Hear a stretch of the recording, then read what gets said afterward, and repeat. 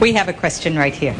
Yes, how has the national debt personally affected each of your lives? And if it hasn't, how can you honestly find a cure for the economic problems of the common people if you have no experience in what's ailing them? Well, I think the national debt affects everybody. Obviously, it has a lot to do with interest rates. It has. She's saying you personally. On a personal basis, how has it affected you? Has it affected you personally?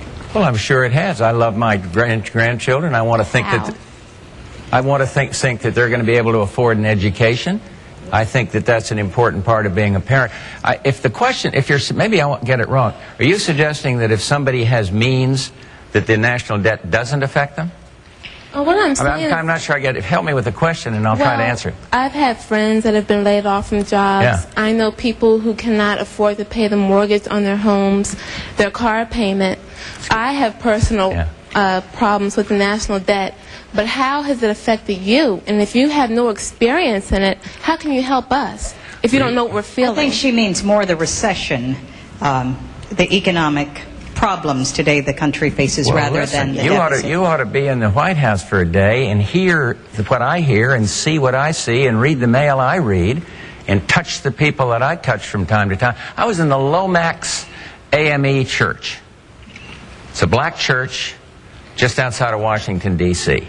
And I read in the bulletin about teenage pregnancies, about the difficulty that families are having to make ends meet. I talked to parents. I mean, you got to care. Everybody cares if people aren't doing well. But I don't think it's fair to say you haven't had cancer, therefore you don't know what it's like.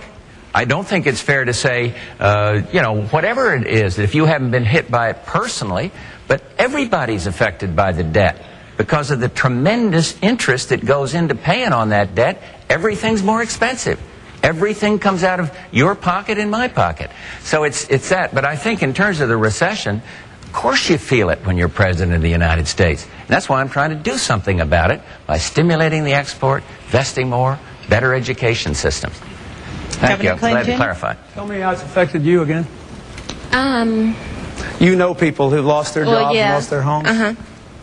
Well, I've been governor of a small state for 12 years. I'll tell you how it's affected me.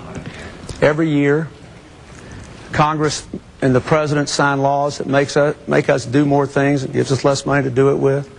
I see people in my state, middle-class people, their taxes have gone up in Washington and their services have gone down, while the wealthy have gotten tax cuts. I have seen what's happened in this last 4 years. When in my state, when people lose their jobs, there's a good chance I'll know them by their names. When a factory closes, I know the people who ran it. When the businesses go bankrupt, I know them. And I've been out here for 13 months, meeting in meetings just like this, ever since October, with people like you all over America. People that have lost their jobs, lost their livelihood, lost their health insurance. What I want you to understand is the national debt is not the only cause of that. It is because America has not invested in its people. It is because we have not grown. It is because we've had 12 years of trickle-down economics. We've gone from 1st to 12th in the world in wages. We've had 4 years where we produced no private sector jobs. Most people are working harder for less money than they were making 10 years ago. It is because we are in the grip of a failed economic theory. And this decision you're about to make better be about what kind of economic theory you want. Not just people saying, I want to go fix it, but what are we going to do? What I think we have to do is invest in American jobs, American education, control American health care costs, and bring the American people together again.